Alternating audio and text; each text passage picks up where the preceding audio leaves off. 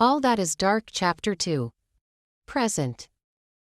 It's been 2 days since the funeral and I still haven't been able to shed a single tear. I feel dull and empty and I don't feel like talking to anyone most of the time. I've been reading comments on social media, the speculations have continued, everyone seems to have a story about how we lived and how my parents died. Even though there's a grain of truth to some of the speculation on social media, half the comments I've read lately are just a bunch of trash. Good afternoon, I am sure we all know why we are gathered here, Uncle Richard begins. My parents' families have gathered in our house to discuss my fate. My mother was an only child, she had some cousins and relatives here and there but we never saw much of them, except at funerals and major family events. My father on the other hand was the second born in the family of 2, Uncle Richard being his elder brother.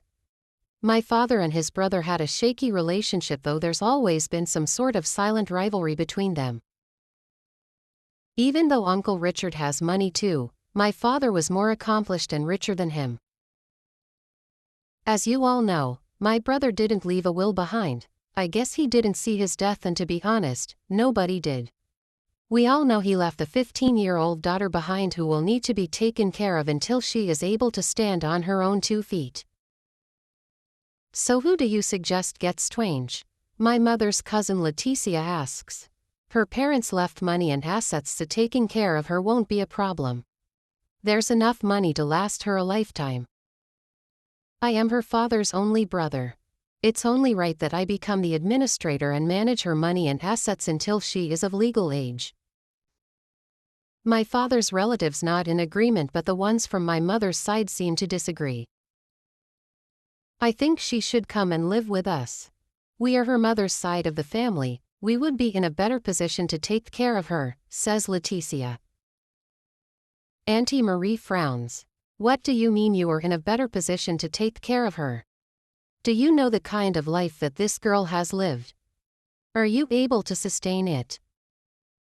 Your husband just mentioned that her parents left enough money and assets to last her a lifetime, so what then is the problem? Uncle Richard laughs. So this is about the money. The money that my brother worked so hard for. I will not allow strangers to oversee that money and my niece.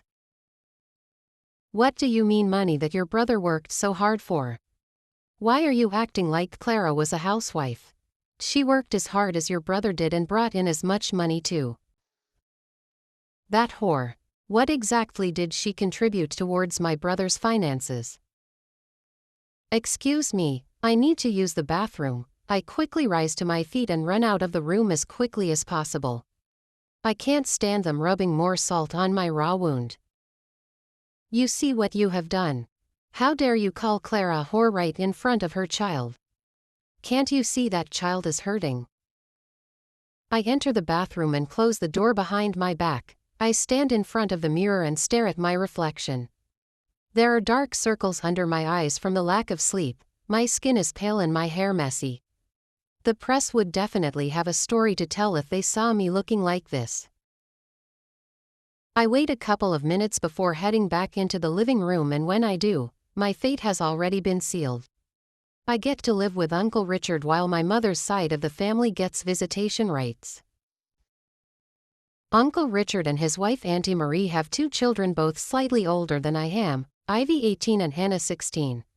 I don't know much about my cousins. Because of the kind of relationship that my father and Uncle Richard shared, I didn't particularly bother with my cousins at all. I've hardly seen them over the last couple of years. I feel like they are strangers. How on earth am I supposed to live with these people? How am I supposed to blend in? Let me help you pack, baby girl, you are going with us, Auntie Marie leads me towards my bedroom. If I was given a choice, I would have preferred to go with Auntie Leticia, she seems genuine. There's something about Auntie Marie and Uncle Richard, I can't quite place my finger on it but I feel they are faking their kindness. I've lived my entire life watching my parents faking their emotions to suit their environment. Heck, I've done it a couple of times too, so I know a fake person when I see one. Once in my room, I grab a suitcase and start throwing clothes in. It's sad what happened to your parents, she begins, trying to make small talk as she helps me pack. A child shouldn't have to witness. I decide to cut her off mid-sentence. I don't want to talk about it. Please. She forces a smile on her face. I understand, child, let's pack up and go. You will be very happy living with your uncle and I. Okay. Asterisk. Alab. Forever your August girl. Black Heart.